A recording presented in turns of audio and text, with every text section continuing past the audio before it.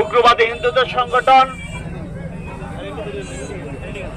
ইসকনে হামলায় গতকালকে আপনারা জানেন চট্টগ্রামে আমাদের একজন মুসলিম আইনজীবী নিহত হয়েছে এবং ইসকনের সন্ত্রাসীরা চট্টগ্রাম অনেক মসজিদে হামলা করেছে, অনেক মুসল্লিকে আহত করেছে।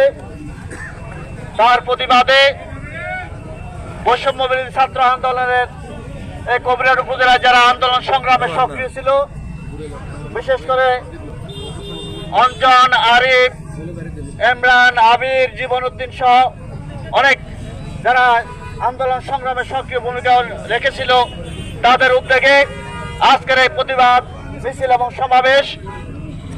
প্রিয় উপস্থিতি, বাংলাদেশে উগ্রবাদের কোনো স্থান নেই। আমরা বলে দিতে চাই, যারা ভারতের গোয়েন্দা সংস্থা রয়ের কাছ থেকে টাকা নিয়ে বিতাড়িত আওয়ামী সন্ত্রাসী এবং বিতাড়িত আওয়ামী সরকারের বেতন বাহিনীর কাছ থেকে সহযোগিতা নিয়ে বাংলাদেশকে অস্থিতিশীল পরিবেশ তৈরি করার জন্য বিভিন্ন ধরনের ষড়যন্ত্র চালিয়ে যাচ্ছে, তাদেরকে আমরা শুধু এটুকু বলে দিতে চাই, বাংলার মাটিতে আর কখনো আওয়ামী সন্ত্রাসীদের স্থান হবে না। যতই চেষ্টা করা হোক না কেন, বাংলার মাটিতে ভারতের দালালদের কোন স্থান বাংলার মাটিতে হবে না। যতই ষড়যন্ত্র করা হোক না কেন, বাংলার মাটিতে আমরা আমাদের সকল হিন্দু ভাইদেরকে অভিযুক্ত করতে চাই না।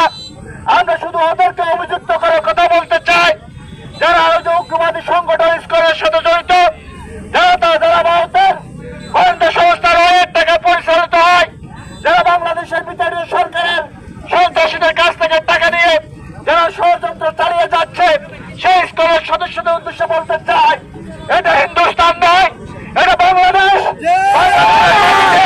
কখনো হিন্দুস্তানের ষড়যন্ত্র বাস্তবায়িত করার কোন সুযোগ নাই। বাঙালি বিরোধী জাতি, বাঙালি কখনো হিন্দুস্তানকে তোয়াক্কা করে বাংলাদেশের মানুষ কখনো রাজনীতি করে না।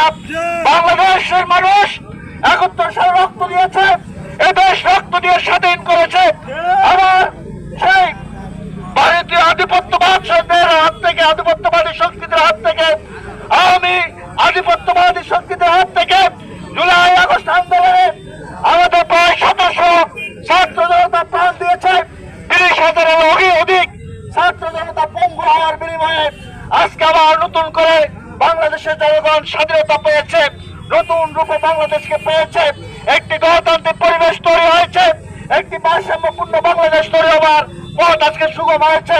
যারা বাংলাদেশের গণতন্ত্রকে নস্যাৎ করতে চায়, যারা বাংলাদেশের স্বাধীনতাকে নস্যাৎ করতে চায়, সেই বিতাড়িত আওয়ামী সন্ত্রাসী এবং ভারতীয় গোয়েন্দা সংস্থার রায়ের এজেন্ডারা রয়েছে বাংলাদেশের মাটিতে, তাদেরকে বলে দিতে চাই, আর যদি সন্ত্রাসী কর্মকাণ্ড পরিচালনার চেষ্টা করা হয়, বাংলাদেশের সকল ছাত্র সংগঠন ঐক্যবদ্ধভাবে, বাংলাদেশের সকল দল এবং জনতা ঐক্যবদ্ধভাবে আপনাদেরকে বিতাড়িত করবে এবং কঠিন জবাব দিবে।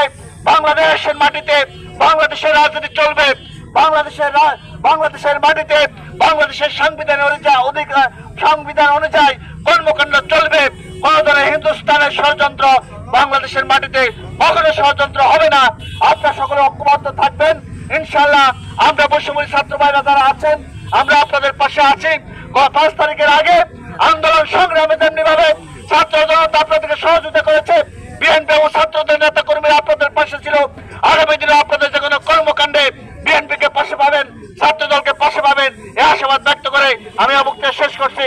খোদা হাফেজ। বাংলাদেশ জিন্দাবাদ।